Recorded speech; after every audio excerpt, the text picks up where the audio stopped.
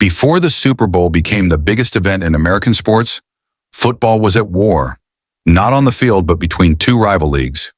The National Football League, NFL, had been the dominant force for decades, but in 1960, the upstart American Football League, AFL, emerged, challenging the NFL's supremacy.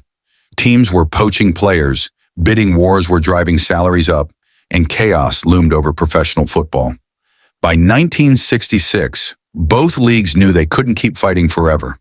A merger was inevitable, but first they needed one game to decide which league was truly superior. That game would become the first Super Bowl. Despite the historic nature of the event, it wasn't even called the Super Bowl yet. Many fans doubted if it would even be competitive, but little did they know they were about to witness history. January 15th, 1967. The stage was set at the Los Angeles Memorial Coliseum for the most important football game in history. But was anyone really paying attention? Believe it or not, the first Super Bowl wasn't a sellout. With over 90,000 available seats, more than 30,000 remained empty. Ticket prices were just $12, about $110 today, but many fans didn't believe this AFL-NFL World Championship game was worth the money. And then there was the television disaster. The game was broadcast on both NBC and CBS, but when both networks aired it simultaneously, a major problem emerged. NBC missed the opening kickoff because they were still in a commercial break. Inside the locker rooms, the tension was high. The Green Bay Packers, led by the legendary Vince Lombardi, were the overwhelming favorites. Meanwhile, the Kansas City Chiefs, champions of the AFL, were eager to prove they belonged on the same field as the mighty NFL. As the teams took the field, few could predict what was about to unfold.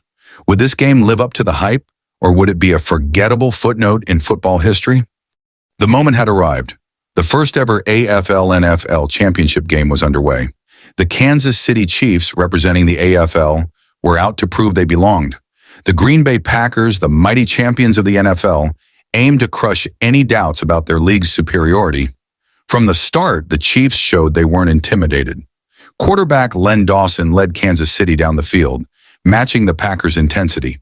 By halftime, the game was surprisingly close. Green Bay led just 14-10. The AFL wasn't backing down. And they did. Green Bay's defense tightened, intercepting Dawson's passes and shutting down the Chiefs' offense. Meanwhile, Packers quarterback Bart Starr took control, leading his team to 3 unanswered touchdowns. As the clock ran out, the Packers had proven their dominance. Final score, Green Bay 35, Kansas City 10. The first Super Bowl was over, but its legacy was just beginning. With this victory, the NFL had defended its throne, but the AFL had earned respect. The stage was set for a new era of football. The first Super Bowl was in the books. Green Bay had dominated, and Bart Starr was crowned MVP.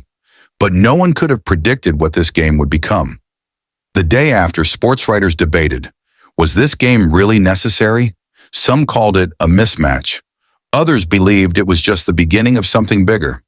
Behind the scenes, league executives saw what this game could be, a cultural phenomenon.